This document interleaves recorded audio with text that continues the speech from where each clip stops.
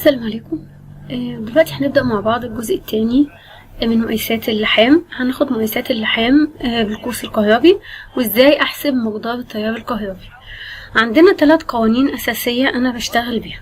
تمام، نبدأ على طول كده. اول قانون بيقول لي ايه؟ زمن اللحام الكلي وبيرمز له برمز ن بيساوي طول خط اللحام بالمتر في زمن لحام المتر الطولي. امتى احل بالقانون ده؟ اما يديني طول خط اللحام ويديني زمن اللحام وبيديهم لي مباشر. تمام. طب انا عايزه اجيب زمن اللحام بطريقه تانية، ممكن يديني طول خط اللحام ويديني سرعه اللحام، يبقى احل بالقانون التاني، يبقى قانون ضرب او قانون اسمه يا ده يا ده. كل ده عشان اجيب ايه؟ نون، اللي هي زمن اللحام الكلي نون. تمام. ولازم هنا الزمن يطلع بالساعه. تمام، الزمن لازم يطلع بالساعه. يبقى دي اول قانون، في بندين نحل باي بند فيهم. تمام، ما ينفعش بالاتنين، يعني هي واحده بس منهم. تاني قانون عندي مقدار التيار الكهربي اللي انا شغال عشانه. تمام، بيساوي ش في ض في ن على 1000 في معامل الطاقه، والناتج اللي بيطلع بالكيلو وات. ش اللي هي شده التيار الكهربي ودي تبقى بالامبير، ض اللي هي الجهد وده بيبقى بالفولت، ن زمن اللحام الكلي وانا بجيبه من القانون اللي فوق ده، يا ده يا ده، و1000 ده المقدار الثابت، ومعامل الطاقة هو بيديهولي معامل الطاقة أو معامل الجودة. تمام، جبت مقدار التيار. هستفيد ايه؟ عايزة الفلوس. ما كل ده عشان نشوف المقايسة أنا هندفع قد ايه.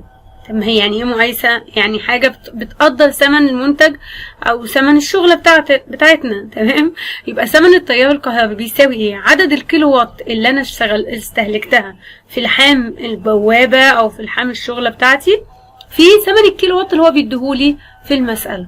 يبقى أنا عشان أجيب الثمن لازم أجيب نون، وبعدين أجيب مقدار التيار، وبعد كده أجيب الثمن. لازم أمشي بالترتيب. نقول تاني ايه شدة التيار؟ ش اللي هي شدة التيار. تمام، ض اللي هو الجهد التيار الكهربي بالفولت، ن اللي هي زمن اللحام الكلي بالساعات، ومعامل الطاقة الميكانيكية أو معامل الجودة هو بيديهولي في المسألة. طب هما ال3 قوانين دول؟ أيوة، بس في حل لو كان طالب ثمن التيار الكهربي لازم أمشي بالترتيب. طب لو قال بقى سلك اللحام، نمشي بقى بالقوانين سلك اللحام بتاعت المرة اللي فاتت، اللي هي طول خط اللحام في معدل الاستهلاك على 1000. راجع القوانين اللي فاتت. تمام، نشوف مثال. نشوف المثال بيقول ايه. استخدمت ماكينة لحام قوس كهربي، شدة التيار الكهربي لها 200 أمبير والجهد 30 فولت، ومعامل الجودة للماكينة 75%. طول خط اللحام كله على بعضه 1.5 متر. زمن اللحام المتر الطولي الواحد 40 دقيقة. أوجد ثمن التيار المستخدم في اللحام، علما بأن ثمن الكيلو وات لكل ساعة 50 قرش. هلاقي 40 دقيقة دي مش ماشية معايا، أنا لازم أحول من الدقيقة للساعة وبقسم على 60، يعني هقسم 40 دي تمام على 60، ومن القرش للجنيه هقسم 50 دي على 100 لأن الجنيه فيه 100 قرش. ده التحويلات اللي عندي. طيب انا بتكلم عن ايه؟ قال لي شدة تيار وماكينة لحام قوس كهربي. تمام، يبقى انا بتكلم عن ايه؟ عن اللحام بالقوس الكهربي. يبقى انا اجيب الثلاث قوانين بتوعنا. اروح اجيب كده ال3 قوانين بتوعنا. القوانين اهي. بتقول ايه القوانين؟ زمن اللحام الكلي طول خط اللحام بالمتر في زمن اللحام المتر الطولي، او طول خط اللحام على السرعة. يبقى انا لازم اجيب نون. يبقى اول حاجه اجيب نون. تمام، بعد كده اجيب مقدار التيار الكهربي، بعد كده اجيب ثمن التيار الكهربي.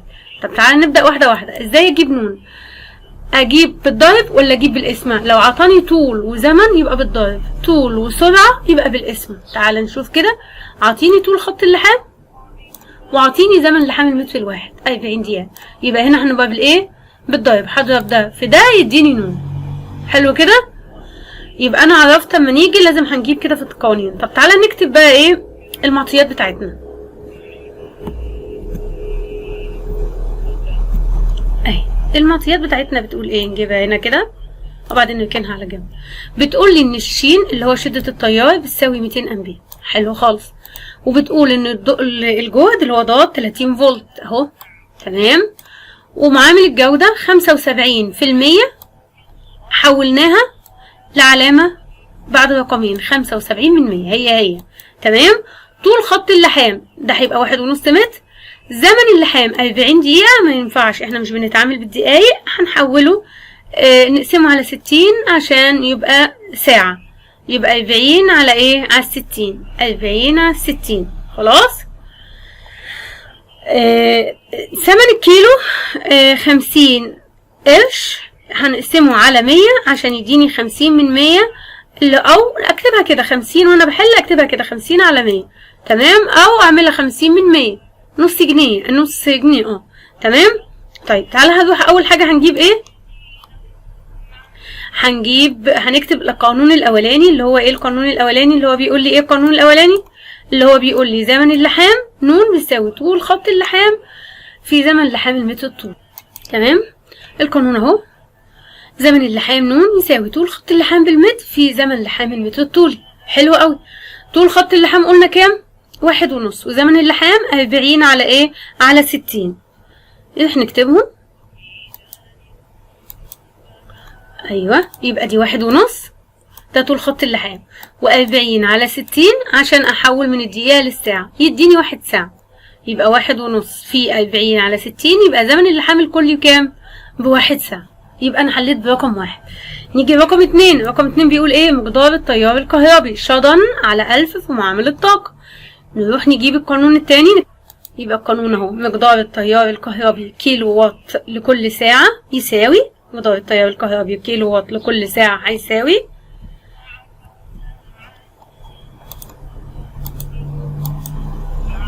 نعوض بقيمة ش اللي هي 200، وقيمة ض اللي هي 30، وقيمة ن اللي هي 1 على 1000، ومعامل الطاقة فوق بكام؟ ب75 من 100. تمام. يبقى اقول له 200 في 30 في 1 على 1000 في 75 من 100 يدينا 12 كيلو وات لكل ساعة. يبقى ثمن التيار الكهربي هيساوي 12 اللي انا جبتها من فوق، ثمن الكيلو 50 على 100. 50 على 100 هيساوي ايه؟ تمام، هيساوي 6 جنيهات. وكده المسألة خلصت. يبقى 1 2 3 زمن مقدار ثمن، زمن مقدار ثمن، زمن مقدار ثمن.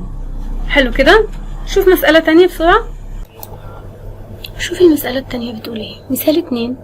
أوجد ثمن التيار الكهربي وأسياخ اللحام المستخدم في لحام مشغولة إذا علمت أن طول خط اللحام 1.6 متر، وسرعة اللحام 4 متر لكل ساعة، شدة التيار 220 أمبير، الجهد 30 فولت، جودة المولد 80%، ثمن الكيلو وات 20 جنيه، وبعد كده اعطيني ثمن الكيلو جرام من أسياخ اللحام 10 جنيه، ومعدل الاستهلاك 400 جرام لكل متر طولي.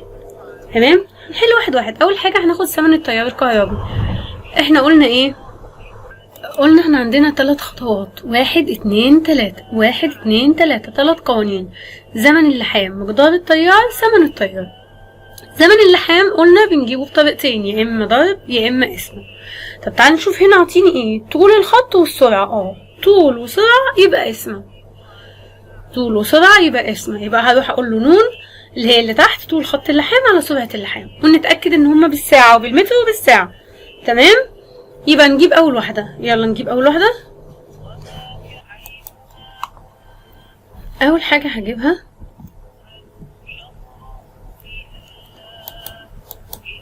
ثمن التيار الكهربي. ثمن التيار الكهربي قلنا هنمشي 3 خطوات، زمن مقدار ثمن.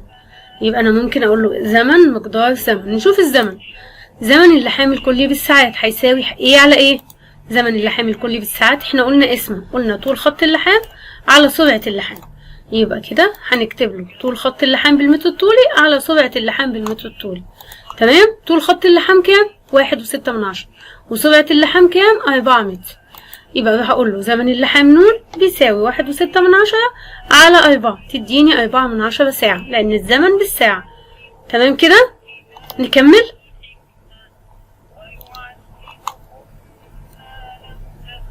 احنا قلنا زمن مقدار ثمن. طيب تمام.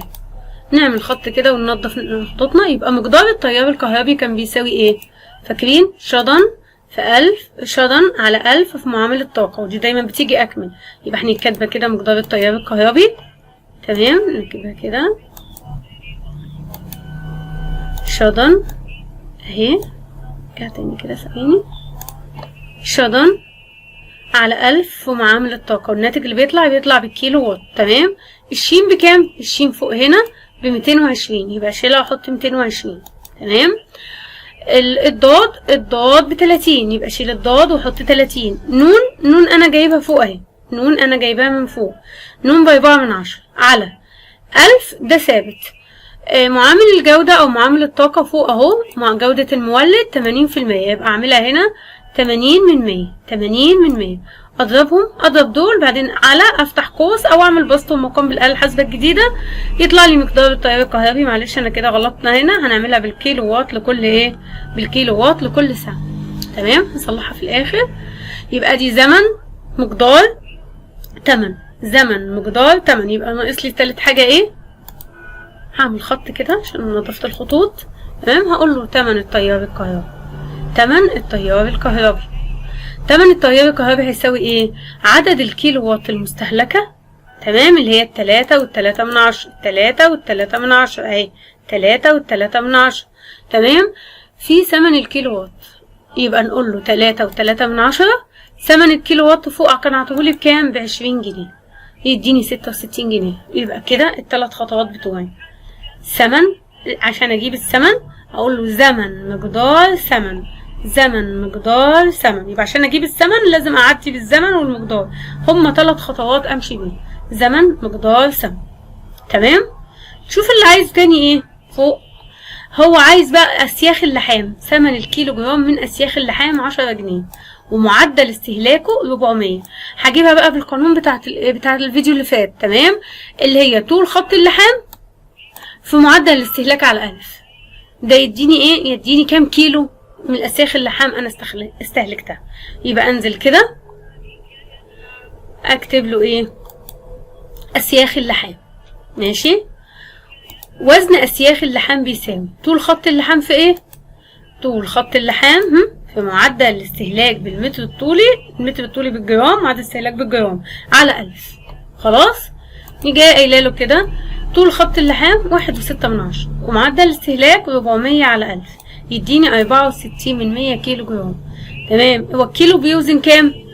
كيلو قايل لي كام فوق؟ الكيلو 10 جنيه، الكيلو ب10 جنيه. يبقى ننزل كده واقول له ماشي.